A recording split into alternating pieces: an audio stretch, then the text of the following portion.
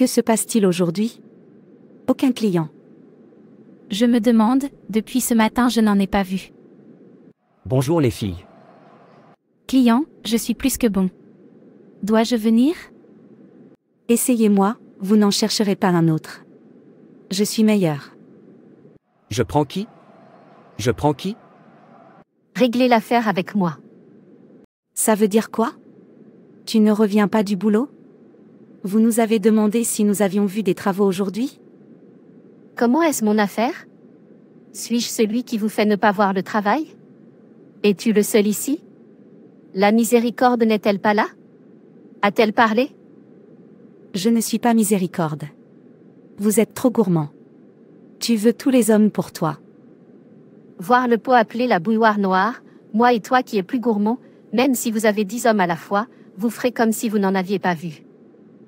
C'est bon, les filles, nous sommes ici pour affaire. Bel homme. Choisissez qui vous voulez. Je te choisis, merci. Oui, oui, oui. À plus les filles. Vas-y et amuse-toi. Tu es heureux maintenant. Il sait que tu es un fauteur de troubles. Moi et toi qui est plus gênant. J'ai besoin de clients. Excusez-moi, jeune dame. Oui, que puis-je faire pour vous? Avez-vous pris un moment pour réfléchir à ce que sera l'éternité en enfer? Signifiant quoi? C'est ça que tu es venu me dire ici? Avez-vous pris un moment pour penser à ce que ce sera d'être dans la torture, dans la douleur, sans nourriture, sans eau, sans lumière, sans air, pour toujours et à jamais? Avez-vous pris un moment pour réfléchir à ce que ce sera d'être dans un endroit où des asticots, des bêtes et différents types de bêtes dangereuses vous tortureront jour et nuit pour toujours et à jamais? Si vous mourrez maintenant, où passerez-vous votre éternité? Vous voyez, l'éternité n'a pas de fin, pas d'échappatoire, c'est pour toujours et à jamais, et cela commence au moment où vous mourrez. Pourquoi gaspillez-vous votre propre grâce? L'éternité est trop proche de chaque humain. Connaissez-vous la minute suivante? Tout peut arriver à tout moment. C'est pourquoi nous devrions profiter de l'intercession du Christ et amender nos voies. Repentez-vous. Nous ne devons pas nous tromper. Allons-nous continuer dans le péché pour que la grâce abonde? Romains 6, verset 1. Retournons au Seigneur et commençons à porter des fruits qui conviennent à une repentance pieuse. La porte du salut ne reste pas ouverte indéfiniment. L'enfer est très terrible. Abandonnez-vous à Jésus et courez pour votre chère vie. Si vous manquez le paradis, vous souhaiterez ne pas être né.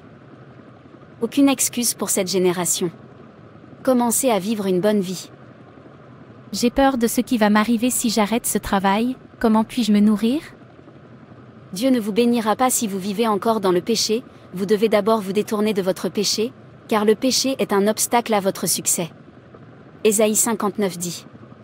Voici, la main de l'Éternel n'est pas écourtée, pour ne pas pouvoir sauver, ni son oreille lourde, qu'il ne peut entendre. Mais vos iniquités ont séparé entre vous et votre Dieu, et vos péchés vous ont caché sa face, qu'il n'entendra pas. Car vos mains sont souillées de sang, et vos doigts d'iniquité, tes lèvres ont proféré des mensonges, ta langue a murmuré de la perversité. Nul n'appelle à la justice, ni aucun ne plaide la vérité, ils se confient à la vanité et profèrent des mensonges, ils conçoivent le mal et produisent l'iniquité. Vous pouvez voir que Dieu n'a rien à faire avec les pécheurs sauf s'ils se repentent de leurs péchés. Apprenez à bien faire, recherchez la justice et corrigez l'oppresseur.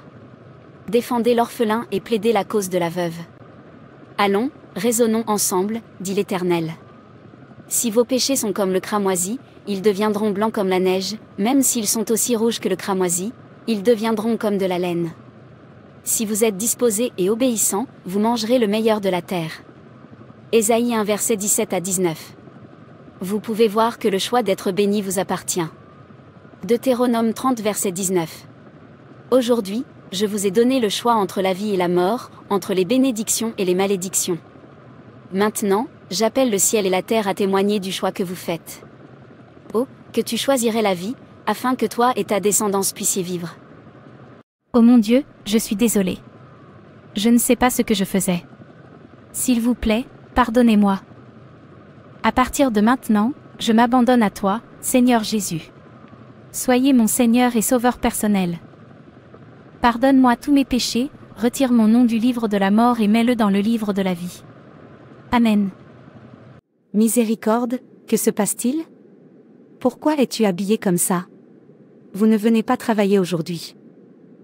Est-ce que vendre votre corps est un travail? J'ai donné ma vie à Jésus. L'éternité n'a pas de fin, et ce sera terrible si nous manquons le ciel. Tu vois, mieux vaut retourner travailler sinon, la faim va te tuer, ne dis pas que je ne t'ai pas prévenu. Pas le temps de continuer à vivre dans le péché.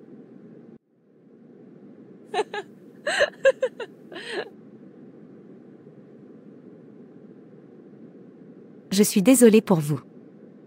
Je sais que vous reviendrez quand la faim commencera à s'occuper de vous. Entrez. Salut Joie. Sœur en Christ. Êtes-vous de nouveau ici pour manger? S'il vous plaît Joie, puis-je obtenir quelque chose à manger de vous? Je cherche un emploi, je n'en ai pas trouvé. Je t'ai dit de revenir. Voyez, je ne continuerai pas à vous nourrir. Mieux vaut revenir à nos affaires. Dieu ne plaise. Mais vous mangez quelque chose qui vient de ce que Dieu interdit. Je vais bientôt trouver un emploi. Je sais que Dieu me fournira du travail. C'est ce que vous avez dit il y a une semaine. Ce sera la dernière fois. J'entends. Joy, j'ai trouvé un bon travail avec un bon salaire. Dieu soit loué. Êtes-vous sérieux? Bien sûr, je ne vends plus mon corps. Je suis maintenant utile. Gloire à Dieu. Oh, tu as de la chance. Je t'ai dit d'arrêter ce travail que tu fais, et d'être utile à toi-même. Vous voyez, vendre votre corps n'est pas un travail. Vous êtes inutile à vous-même. N'est-ce pas ce qui nous soutient depuis longtemps, simplement parce que tu as trouvé un travail, donc je suis inutile et tu es celui qui est utile? Non, ce n'est pas ce que je veux dire. Je veux que vous donniez votre vie à Jésus. Pas de temps à perdre avec le péché. J'entends, né de nouveaux chrétiens. Bonjour Grâce. Donc, vous êtes toujours dans cette affaire de vendre votre corps. Je vous dis de donner votre vie à Jésus avant qu'il ne soit trop tard. Arrête de te rendre inutile. Quoi qu'il en soit, je vais travailler. Je ne veux pas arriver en retard. Quel genre d'absurdité est-ce? Je n'entendrai plus un mot d'elle. Doit-elle me rappeler à quel point je suis inutile tout le temps? Joie, Dieu l'a encore fait pour moi. Qu'est-il arrivé? Sais-tu que j'ai été promu? Êtes-vous sérieux? Pas seulement une promotion, j'ai reçu une voiture, une maison et une augmentation de salaire multipliée par 5. Mon niveau a changé. Je ne suis plus la Merci que tu connaissais. Je ne peux pas le croire. Comment est-ce arrivé? Je t'ai dit d'arrêter de te vendre et d'être utile. Cette Grèce devient trop pleine d'elle-même. Pour qui se prenait-elle? Elle me considère maintenant comme inutile. Se paradant devant moi. Il est temps d'arrêter les bêtises. Joie, Dieu l'a encore fait. Toi tout le temps. Ce Dieu est comme toi seul qui l'a créé, qu'a-t-il fait pour toi cette fois? J'ai acheté une autre voiture, faisant 3 voitures en ma possession. Waouh, votre niveau a vraiment changé en effet. C'est pourquoi je vous dis d'arrêter de vendre votre corps. Regardez-moi profiter de la bonté de Dieu. Bye bye. J'ai souffert. J'aimerais pouvoir la déchirer en morceaux pour qu'elle sache ce que je ressens en la voyant défiler devant moi tout le temps. Mon Dieu est si bon. Il est si bon. Qu'est-ce qu'il a encore fait pour toi? Joy, quand viens-tu voir ma maison? Je viens d'acheter une nouvelle maison, pas ce genre de maison puante dans laquelle vous vivez. Si vous voyez la maison, vous vous inclinerez. Ce sont de bonnes nouvelles. Vous êtes libre de me rendre visite à tout moment. Laissez-moi vous gâter avec les bonnes choses dont Dieu m'a béni. D'accord, je viendrai demain. À plus tard. Je me déteste, regarde la miséricorde appeler ma maison, maison puante, à chaque fois une bonne nouvelle ou l'autre. Est-elle la seule à avoir donné sa vie à Jésus? Je vais bientôt transformer son rire en pleurs. L'émerveillement ne finira jamais, donc ce que j'entends est vrai. Est-ce que c'est toi, merci? C'est moi ma sœur, tu es la bienvenue. Miséricorde, Dieu t'a vraiment béni, regarde le genre de maison que tu vis. Quand sera ce mois? Quand Dieu se souviendra-t-il de moi? Arrête juste de vendre ton corps, de coucher avec différents types d'hommes. À la fin, vous mendirez toujours de l'argent. Arrêtez-le et Dieu se souviendra de vous. Si Dieu peut le faire pour moi, je suis très sûre qu'il le fera pour vous aussi. As-tu oublié comment j'étais avant? Regarde-moi maintenant, moi qui quémandais de la nourriture. Si quelqu'un m'a dit que ma vie allait changer comme ça, je ne le croirais pas, alors ma sœur, le Dieu que je sers ne faillira jamais. Il se souviendra de vous, tout ce que vous avez à faire est de vous abandonner à Jésus. Depuis que j'ai donné ma vie à Jésus, tout a changé en moi, vous pouvez le voir par vous-même. Je ne manque de rien, j'ai tout, nommez-le, voiture, maison, travail. Mais vous qui vendez encore votre corps, qu'avez-vous réalisé pendant tout ce temps? Rien. Est-ce que c'est ainsi? Es-tu en train de dire que je suis comme ça parce que je suis un pécheur? Bien sûr que oui. Vous êtes un pécheur. Le péché est écrit partout sur vous. Repentez-vous. Vous devez choisir ce que vous voulez. Ne dites pas que je n'ai pas pris ma décision, ou plus tard. Ce n'est pas vrai parce que si vous ne vivez pas une bonne vie, vous vivez une mauvaise vie, ce qui signifie que vous avez fait votre choix. La vie que vous vivez montre le choix que vous faites. La vie est faite de deux options, bonne ou mauvaise. Ne vous y trompez pas, faites votre choix aujourd'hui. Dieu ne peut pas le faire pour vous. Votre conjoint ne peut pas le faire pour vous. Vos parents ne peuvent pas le faire pour vous. Et vous ne pouvez pas vous asseoir celui-ci et vous attendre à être béni. Dieu aime bénir ceux qui lui obéissent. Alors qu'il est un ennemi féroce pour ceux qui le haïssent et commettent des péchés, il est un merveilleux père et ami pour tous ceux qu'il aime. Il a dit dans Exode 20 verset 6 qu'il aime faire miséricorde à des milliers, à ceux qui m'aiment et gardent mes commandements. Alors, arrête de vendre ton corps à bas prix à ces hommes bon marché. D'accord, ça me rappelle, je suis venu voir s'il y a de toute façon vous pouvez m'aider, le loyer de ma maison est sur le point d'expirer et je ne veux pas que notre propriétaire m'insulte à cause du loyer de la maison. Tu sais, je ne veux pas qu'il soit embarrassé. Pas de problème, tu es mon ami. Si je ne t'aide pas, qui vais-je aider? De combien parlons-nous? Laisse-moi te donner l'argent tout de suite. 500$. Ne t'inquiète pas, c'est rien, je vais te le donner, Jean est plus cassé. Vous voulez dire, vous me donnerez 500$ juste comme ça? Bien sûr n'est rien, je suis plus grand que ça. Jean est plus cassé. Merci beaucoup. Je vous en prie. Essayez juste d'arrêter de vendre votre corps pour de l'argent. Afin que tout aille bien pour vous. Ok, pas de problème, je comprends. Si je te donne tout dans ce monde sans te donner Jésus, je ne t'aime pas. D'accord, je vais y aller maintenant. Je n'arrive pas à croire que la miséricorde me donne le loyer de ma maison. La miséricorde qui me mendiait de la nourriture, est maintenant celle qui me donne. C'est grave, elle se voit maintenant comme une juste, regarde la façon dont elle me parle, car je lui demande de l'aide, je ne la blâme pas, je blâme mon sort. Je suis soudainement devenue une personne inutile parce qu'elle a réussi. Elle m'a assez insultée, c'est trop, ça n'arrivera plus, voyez l'arrogant dans le discours. La façon dont elle parle comme si elle avait tout. Non, je ne le prendrai pas, peut-être qu'elle a oublié qu'elle se vendait comme moi. Puisqu'elle a oublié, laissez-moi lui rappeler. Qu'y a-t-il? Pourquoi est-ce que ton visage est comme ça, ma fille? J'ai été insultée plus que je ne peux en supporter. Une dame appelée Miséricorde, elle était l'une de nous depuis que Dieu a commencé à la bénir, elle se considère maintenant comme la personne utile qui me parle de toute façon. Je veux que tu lui donnes une leçon qu'elle n'oubliera jamais, laisse-la revenir comme elle était avant. Votre demande a été accordée, je vais vous donner quelque chose, suivez les instructions, et ce sera selon votre souhait. Merci, sage. Non-sens. Laisse-moi la revoir sourire. Miséricorde, miséricorde, tu m'as assez insulté, il est temps que tu goûtes mon amertume. Retourne comme tu étais avant, En fait, à partir d'aujourd'hui tu seras mon esclave jusqu'à ta mort, pas d'avance pour toi. Monsieur, vous m'avez appelé. Que se passe-t-il ici? Pourquoi manque-t-il 100 000 dollars sur votre compte? 100 000 quoi? Je n'y connais rien.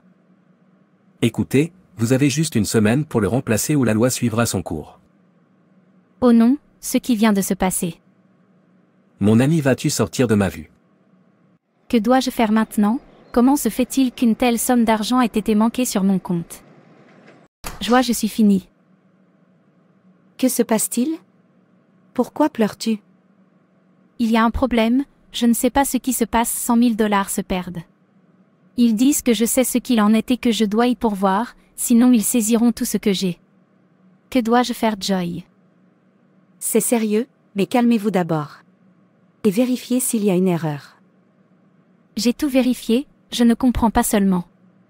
Je ne suis pas un voleur, je n'ai pas touché à leur argent et ils m'en accusent.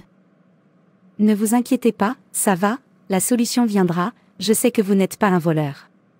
Rentrez chez vous et reposez-vous. Je ne sais plus quoi faire. Ce n'est que le début, tu n'as pas commencé à pleurer. Madame, vous devez quitter cette maison jusqu'à ce qu'on récupère notre argent.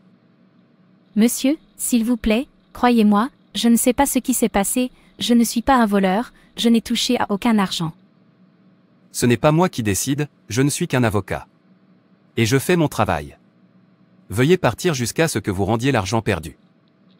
Alors c'est comme ça que j'ai tout perdu. Ils ont saisi tout ce que je possède. C'est grave, pourquoi font-ils ça?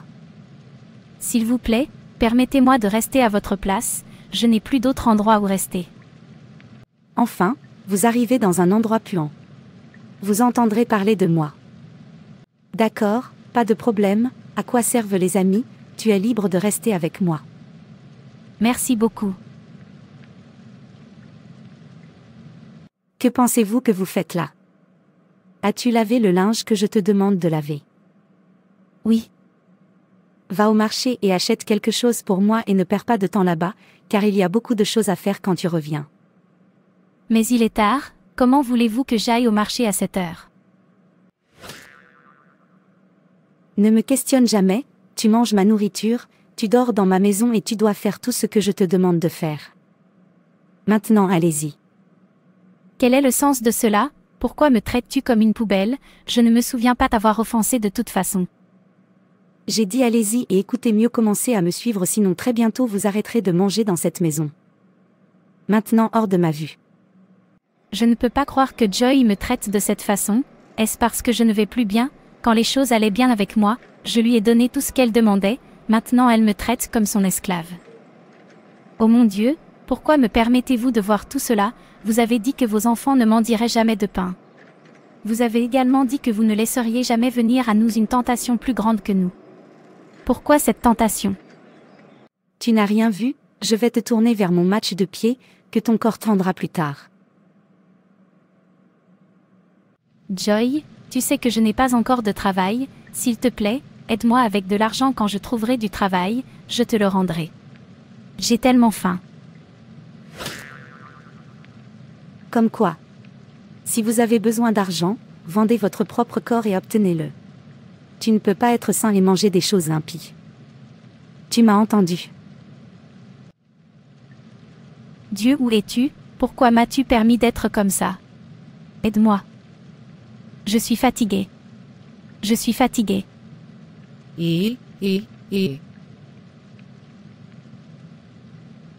Joy, va chez mon ami et demande-lui de te donner ce que je lui ai donné de garder pour moi, et sois rapide à ce sujet. D'accord. Aujourd'hui est le jour pour renouveler mon incantation sur la joie. J'ai oublié de demander à Joy lequel des amis. Laisse-moi partir et lui demander. La miséricorde aujourd'hui est le renouvellement de ta peine. Joie. Qu'est-ce que vous tenez? Pourquoi es-tu revenu? Ne laissez aucun œil voir le charme. Si quelqu'un le voit, tu mourras. Il n'y a pas moyen de sortir. Je vais m'assurer que personne ne le voit. Le sage. Oh, pourquoi es-tu revenu? Je n'en ai pas encore fini avec toi. Je voulais m'assurer que vous ressentiez ce que c'est que d'être inutile, afin que dans votre prochaine vie, vous sachiez comment vous conduire. Toute la douleur que tu me fais endurer alors que tu es occupé à te parader devant moi comme une personne bénie. Je veux que tu le sentes. Donc tu es derrière tous mes problèmes. Tu ne comprendras jamais à quel point ça me fait mal de te voir me rappeler à quel point j'étais inutile tout le temps. Vous ne comprendrez jamais ce que je ressens tout cela pendant que vous me montrez toute votre bénédiction comme si vous n'étiez qu'un sur cette terre. Mon cœur, mon cœur. Ce monde fait peur. Je ne peux jamais croire qu'elle n'était pas contente de moi pendant tout cela alors que je continuais à lui montrer mes réalisations.